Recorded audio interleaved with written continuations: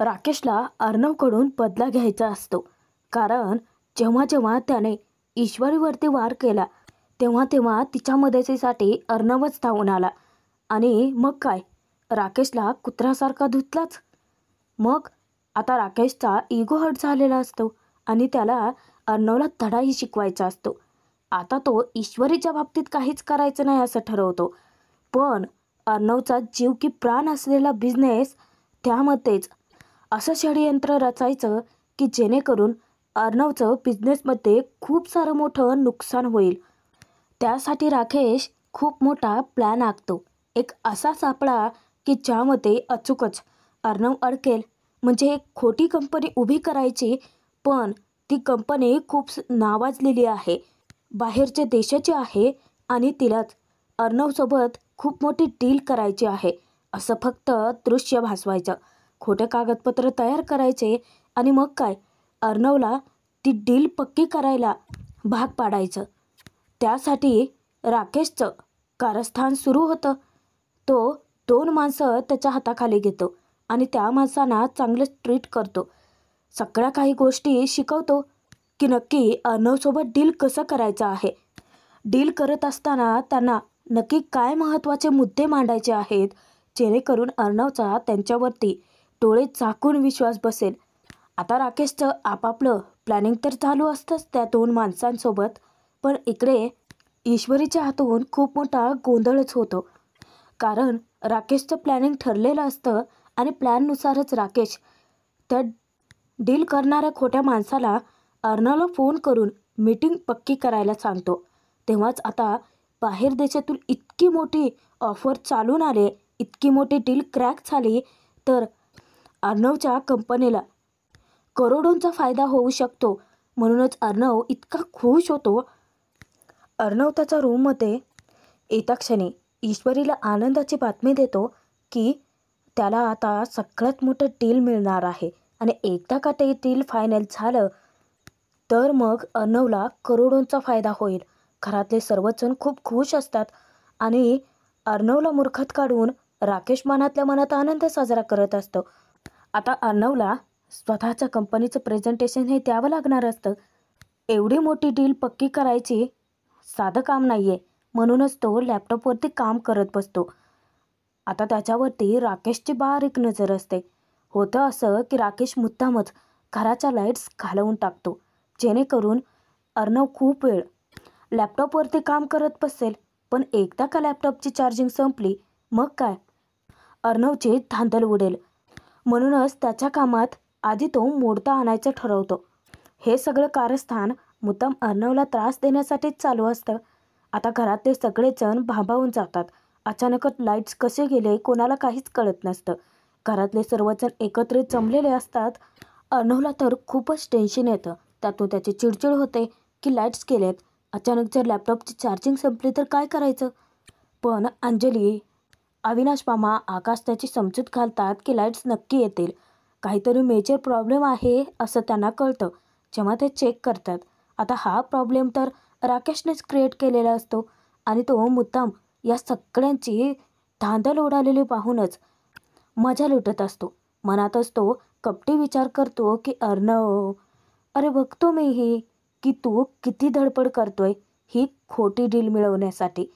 अरे हाच तर माझा प्लॅन आहे, तुझ्या या इतक्या मोठ्या डीलमध्ये पावला पावलागणिक अडथळे आणायचे, तुझ्या कामात मोडता घालायचा आणि मलाही बघायचं आहे तू किती धडपड करत त्या डीलपर्यंत पोहोचतो. आता एकदा का ती डील फायनल झाली आणि त्याचा तू आनंद साजरा केला तर त्याच्या दुसऱ्याच क्षणी तू सगळ्यात मोठी हार पत्करलेली असशील.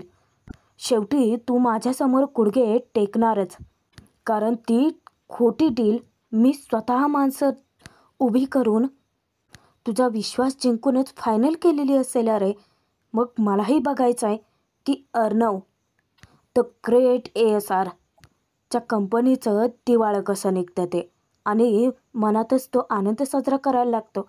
पण आता अर्णव घरातल्या सगळ्यांना सांगतो की त्याची उद्या महत्त्वाची मीटिंग आहे. त्यामुळे बाकी सर्वांनी ठरवलेलं असतं की आता लाईट्स येत नाही आहेत म्हटल्यानंतर छान मनमोकळेपणाने गाण्यांच्या भेंड्या वगैरे खेळाव्या, काहीतरी खेळ खेळावं ज्यामुळे सर्वांचंच मनोरंजन होईल. पण अर्णवला त्याच्यासाठी ती महत्त्वाची डील असते. म्हणूनच तो त्याच्या रूममध्ये त्याच्या लॅपटॉपवरती काम करत असतो. आता इलेक्ट्रिशियनला बोलवायचं म्हटलं तर त्याने तर दुसऱ्या दिवसाचा वायदा केलेला असतो. मग काय, अर्णवची नुसती चिडचिड होत असते. एक तर लाईट्स नाही, त्यात अर्णवला लॅपटॉपवरती काम करायचं, सोबतच इतके सारे मच्छर्स फिरत असतात ना की त्याच्या कामात धड लक्षही लागत नसतं. आता फोन जो त्याने रूममध्ये ऑन करून ठेवलेला असतो, म्हणजेच फोनची बॅटरी ऑन करून ठेवलेली असते, आता फोनचीही चार्जिंग संपते. पुन्हा त्याची चिडचिड वाढते, स्वतःवरती इतका भडकतो. इतक्यातच इशू रूममध्ये येते. येता क्षणी तो विचारतो की मी सिंदूर कॅन्डल्स. आता अर्णवला महत्त्वाची डील आहे, आता त्याचं प्रोजेक्टवरती कामही करायचं आहे. म्हणूनच ईश्वरी कॅन्डल्स तर घेऊन येते, सोबतच तिने मॅच बॉक्स म्हणजे माचीस आणलेलं तर असतंच, पण होतं असं की त्याच्यामध्ये जेमतेम 2 ते 3च काड्या असतात. आता ईश्वरी काडी ओढण्याचा प्रयत्न करते, पण ईश्वरीकडूनच ती काडी काही पेटत नाही. अर्णव ईश्वरीच्या हातून ती माचीस घेतो आणि तो सांगतो की मिस इंदोर, इतकं साधं काम तेही तुला जमत नाही. तेव्हा ईश्वरीही टोमणे मारते, द ग्रेट ASR आहात ना, जमेल तुम्हाला, बघा ट्राय करून. अर्णव पटकन काडी ओढतो आणि ती पेटतेही. तेव्हा अर्णव मोठा फुशारका मारत सांगायला लागतो की बघ, शेवटी काडी द ग्रेट ASRनेच पेटवून दाखवली. आणि बोलता बोलता अचानक त्याचा पाय सटकतो. तो डायरेक्ट ईश्वरीच्या अंगावरती पडतो.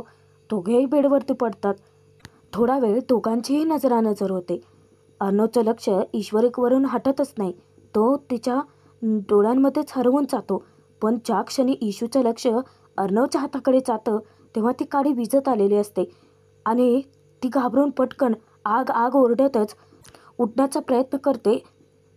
अर्णव घाबरून जातो आणि त्याच्याकडून ती काडी खाली पडते आणि नेमकी पडते बेडवरतीच. ईश्वरी जी मोठ्या मोठ्याने आरडाओरडा करत असते, अर्णव तिचं तोंड दाबून धरतो. मूर्ख आहेस का तू? आग आग काय ओरडतेस? इथे कुठे आग लागली आहे का? तेव्हा ईश्वरीचं लक्ष बेडकडे जातं आणि आग लागलेलीच असते. आता तो बेड पेट घ्यायला लागलेला असतो. अर्णव त्याचं लक्ष मात्र ईश्वरीकडेच. तेव्हा ईश्वरी फक्त इशारा करत असते. अर्णव तिला ओरडतो, दमदाटी करतो की गप्प बस, उगाचच कसला आरडाओरडा करतेस, अर्ध्या रात्री सगळेजण इथे उठून येतील ना. तेव्हा ईश्वरी अर्णवचा हात झटकत्याने सांगते की सर आग लागले. अर्णवचं लक्ष जातं. तेव्हा बेड पेट घेत असतो. त्याला काय करावं कळत नाही. ईश्वरी पटकन बाथरूममध्ये धावत जाते, पाणी घेऊन येते आणि बेडवरती ओतते. ती आग तर विझते, पण झोपायचं कुठे हा मोठा प्रश्न पडतो. ईश्वरीने जी काही घोडचूक केली ना, अर्णव तर आता डोक्यालाच हात लावतो. आता पुन्हा एकदा अर्णव ईश्वरीवरती भडकतो की मी सुंदर काय केलंस हे? किती गडबड घोटाळा करतेस तू? पूर्ण बेडवरती पाणी केलेस, आता झोपायचं कुठे? तेव्हा ईश्वरीही डाफरते, सर तुम्हाला झोपायचं पडले, तिथे आग लागली ती मी विझवली, त्याचं काही नाही या, जर ती आग पसरली असती तर. तेव्हा अर्णवची ट्यूब पेटते आणि तो म्हणतो की हां ठीक आहे, एवढंही कौतुक करू नकोस. पुन्हा या दोघांमध्ये नोकझोक चालू होते. ईश्वरी भडकते त्याच्यावरती, सर माझ्यासोबत वाद घालण्यापेक्षा ना, मला असं वाटतं की तुमच्या लॅपटॉपची चार्जिंग संपेल, प्रोजेक्ट करायचं आहे ना. तेव्हा कुठे अर्णवच्या लक्षात येतं आणि तो मुद्दामच म्हणतो, मी कुठे वाद घालतोय, उलट तूच माझा वेळ खाल्लास, किती वेळ वाया घालवलास माझा. आता ईश्वरी तणतण करते, सोफ्यावरती बसत म्हणते की घ्या, ज्याचं करावं भलं तो म्हणतो माझंच कर. इथे एकतर आग लागलेली मी विझवली, त्याचं काही पडलेलं नाही आहे, वरून आम्हालाच बोलणं खावं लागतं. अर्णव तिला म्हणतो की 1 मिनिट गप्प बसा, तोंड बंद ठेव, काम करतोय ना मी, अजिबात डिस्टर्ब करायचं नाही मला, हाताची घडी काढ आणि शांत बस. तेव्हा ईश्वरी त्याच्याकडे डोळे वटारून बघते. अर्णव पुन्हा दमदाटी करतो, मी हाताची घडी खाल म्हणलं ना, आणि तोंडावर बोट ठेवायचं, जोपर्यंत माझं काम होत नाही ना तोपर्यंत उठायचं नाही हा मी सुंदर. ईश्वरीसुद्धा चिडलेली असते. अगदी अर्णवने सांगितलेल्या पोझिशननुसारच बसते ती. आता त्यांच्या रूमचा दरवाजा थोडासा उघडा असतो आणि राकेश त्यांच्यावरती बारीक नजर ठेवून असतो. शेवटी अर्णव कसं बसं तरी जे प्रेझेंटेशन द्यायचं आहे ते कॉन्ट्रॅक्ट मिळवण्यासाठी ते काम कसंबसं तरी पूर्ण करतो आणि मनातच देवाचे आभार मानतो की बरं झालं, लॅपटॉपची चार्जिंग संपण्यापूर्वी इतकं मोठं काम माझं फायनल झालं. आता तो प्रोजेक्ट त्याने सेव्ह करून ठेवलेला असतो, जेणेकरून लॅपटॉप जरी बंद पडला तरीसुद्धा परत चार्ज करून तो प्रोजेक्ट त्या कॉन्ट्रॅक्टरसमोर प्रेझेंट करू शकतो. अर्णवचं लक्ष जातं तर इशूला झोप लागलेली असते. अर्णव तिच्याकडे पाहून हसायला लागतो आणि मनातच विचार करतो की मिस इंदोर, किती बडबड करतेस, पण शांत झोपल्यानंतर किती निरागस आणि क्यूट दिसतेस. मुद्दामच अर्णव तिथेच ठेवलेली एखादी वस्तू पाडतो आणि तेव्हाच इशू खूप दचकते. अर्णवला ती डोळे वाटारूनच बघते. तेव्हा अर्णव म्हणतो की काय झालं, मी थोडंच मुद्दाम केलं, चुकून पडलं आणि आता तू झोपू शकतेस. तेव्हा पुन्हा इशूची चिडचिड चालू होते. पुन्हा या दोघांमध्ये लुटूपुटूचे वाद होतात. ईश्वरी म्हणते की शांत झोपलेल्या माणसाला आवाज करून उठवायचं, त्याची झोप मोड करायची आणि पुन्हा वरून काय म्हणायचं, शांतपणे झोप. सर आता तुमच्यामुळे मला झोप नाही लागणार. जाऊ देत, मी का तुमच्याशी बोलते, मी वाद घालते ना. तसेच ते रागात खालती निघून जाते. आता राकेश जो त्यांच्यावरती नजर ठेवून असतो तो पटकन बाहेर लपतो, जेणेकरून ईश्वरीच्या नजरेस नको पडायला. ईश्वरी किचनमध्ये जाते, पाणी पिते आणि पुन्हा एकदा तशीच वर येते. त्या क्षणी पाहते तर अर्णव झोपलेला असतो, पण त्याच्या अवतीभोवती इतके सारे मच्छर घोंगावत असतात. त्याला इतकी शांत झोप लागले. त्यातून उद्या त्याची महत्त्वाची मीटिंग आहे, त्याच्यासाठी झोपही तितकीच महत्त्वाची आहे असा विचार करत ती पटकन मच्छरची अगरबत्ती लावते. पण ईश्वरीचा इथेच खूप मोठा पचका होतो आणि त्यातूनच एक महत्त्वाची गोष्ट घडते. कारण इशूला तर माहीत नाही आहे की मच्छरच्या अगरबत्तीची अर्णवला ॲलर्जी आहे. ती फक्त त्याची काळजी करते आणि या एकाच गोष्टीमुळे अर्णव जो राकेशच्या जाळ्यात अडकणारा असतो तो शेवटी देवकृपेने वाचतो. पण आता इशूला कळत नसतं की बेड तर ओलाय, अर्णव तर सोफ्यावरती झोपलाय, मग तिला जागा कुठे. ती तशीच जमिनीवरती खालती झोपी जाते.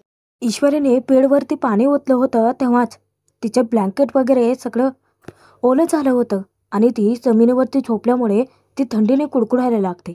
अचानकच ती कणत विवळत असतानाच अर्णवला आवाजाने जाग येते. तो पाहतो तर ती खालती जमिनीवरती झोपलेली असते. तेव्हा अर्णव तिला हाका मारतो.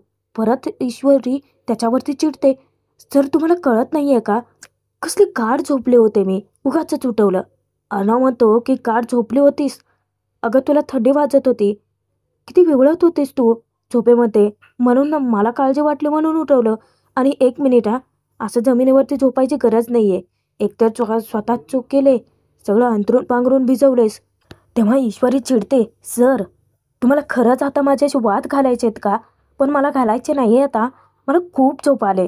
तेव्हा अर्णव म्हणतो की त्याचसाठी उठवलं आहे, हे बघ हा सोफा फोल्डेबल आहे, त्यामुळे आपण दोघं इथे झोपू शकतो, एवढंच तुला आठवण द्यायचं होतं. ईश्वरी विचार करते की तिथे आणि मी. अर्णव म्हणतो की काय झालं, तुला प्रॉब्लेम आहे, प्रॉब्लेम असेल तर झोप खालती, मला काय करायचं आहे. तेव्हा ईश्वरी विचार करते की तिथे झोपणं म्हणजे अर्णवच्या खूप जवळ जाण्यासारखं आहे. ती थोडीशी घाबरते, पण आता तिच्याकडे दुसरा पर्यायही नसतो आणि त्यांच्याकडे फक्त एकच पांघरून उरलेलं असतं. त्यामुळे अर्णव आणि ईश्वरी दोघे एकत्र त्या सोफ्यावरती झोपतात. त्यानंतर ते दोघे इतके गाढ झोपी गेलेले असतात ना की दुसरा दिवस उजाडलाय त्याचंही भान त्यांना राहिलेलं नसतं.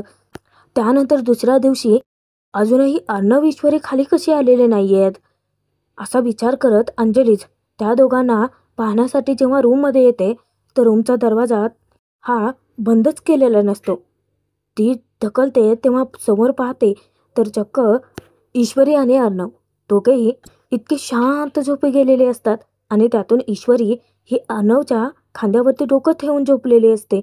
तेव्हा अंजलीला इतकं हसू येतं, पण आता अर्णवची मीटिंग असते तेही तिला माहिती असतं, म्हणूनच मुद्दाम ती काहीतरी पाडते.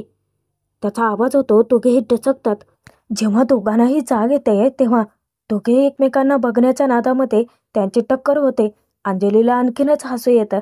अंजली विचारते की अगं ईश्वरी किती वेळ झाला आणि काय रे चिंटू, तुझी मीटिंग आहे ना आज महत्त्वाची, आणि तू अजूनही तयार झालेला नाही आहेस. इतका उशीरपर्यंत कसं काय झोपलाच? पण इतक्यातच तिला कसला तरी वास येतो. तेव्हा अंजली विचारते की काय झालं? इथे कसला तरी वास येतोय. ईश्वरी म्हणते की पण आम्हाला नाही आहे येत. आता अर्णव जेव्हा घड्याळ बघतो तेव्हा त्याला धक्काच बसतो. तो काहीही न बोलता पटकन बाथरूममध्येच पळतो आंघोळीसाठी. ईश्वरीला पुन्हा अंजली म्हणते की अगं ईश्वरी. तरीही ईश्वरी सांगत राहते की कसलाही तिला वास येत नाहीये. अचानकच अंजलीचं लक्ष त्या कोपऱ्यात जातं जिथे ईश्वरीने मच्छरची अगरबत्ती लावलेली असते आणि ती डोक्यालाच हात लावते. ईश्वरी विचारते की माझ्या हातून काही चूक झाली आहे का? तेव्हा अंजली सांगते की अगं चूक? तू तर खोडचूक केली आहेस वेडे. अगं चिंटूला मच्छरच्या अगरबत्तीची ॲलर्जी आहे. ईश्वरी मोठ्यानेच ओरडते की काय? इतक्यातच अर्णवही बाहेर येतो. तो बोलण्याचा प्रयत्न करतो आणि त्याच्या घशातून आवाजच फुटत होत नाही. आता तर मात्र ईश्वरीला खूपच टेन्शन येतं. अर्णवला सुद्धा खूप राग येतो ईश्वरीचा. तो चोराचाच टॉवेल हा बेडवरती आपटतो. तेव्हा अंजली विचारते की ईश्वरी अगं हे काय करून ठेवलं? चिंटूला याची ॲलर्जी आहे आणि त्यामुळे त्याचा घसा पॅक होतो. त्याला बघतो आता 2-4 दिवस बोलता येत नाही. ईश्वरी मोठ्याने ओरडते की काय 2-4 दिवस? तेव्हा अंजली सांगते की हो अगं. ईश्वरी घडला रात्रीचा सगळा प्रसंग सांगते. अंजलीलाही वाटतं की हे तर काही ईश्वरीने मुद्दाम केलेलं नाहीये. पण आता प्रश्न उरतोच, एवढ्या मोठ्या मीटिंगचं काय? जी मीटिंग स्वतः राकेशने फिक्स केली आहे, खोटे कॉन्ट्रॅक्टर उभे करून अर्णवला जाळ्यात अडकवण्यासाठी.